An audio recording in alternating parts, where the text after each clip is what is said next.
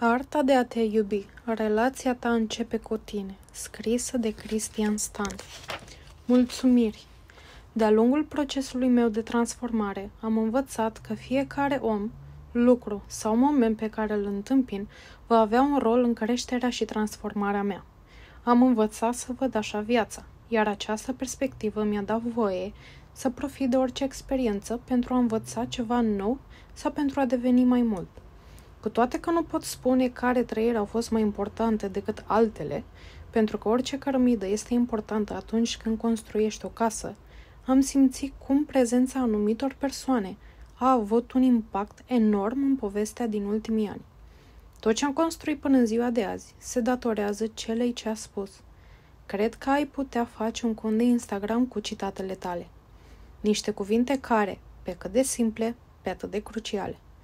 Diandra, iubita mea, a fost cea care a văzut, cu mult înainte să văd eu, că acel moment prin care treceam se putea transforma într-o pasiune și, în timp, poate deveni mai mult decât amândoi am fi crezut.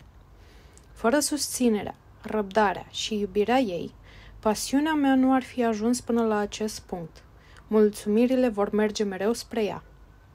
De asemenea, această carte nu ar fi văzut prea curând lumina soarelui dacă nu aș fi fost încurajat și ghidat în tot acest proces de bunul meu prieten Andrei Ursachi.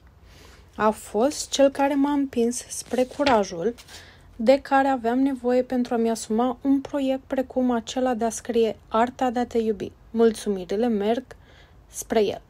Mama mea, tatăl meu și fratele meu au fost întotdeauna stâlpii mei de susținere, ajutându-mă cu tot ce a fost nevoie de-a lungul dezvoltării mele. Familia este locul de unde îmi iau educația, energia și inspirația. Ei au fost cei care au creat fundația pe care am putut construi. Mulțumirile mele merg spre ei. Membrii comunității Ești Mai Mult sunt cei care m-au direcționat către ideile și perspectivele oferite. Prin dorința lor de cunoaștere, de creștere și dezvoltare, m-au provocat de fiecare dată să găsesc cele mai folositoare resurse și răspunsuri prin care putem crește împreună. Le datorez atât de multe celor care au susținut și au îmbrățișat activitatea mea din mediul online. Mulțumirile mele merg spre ei. Această carte este un cadou oferit lor.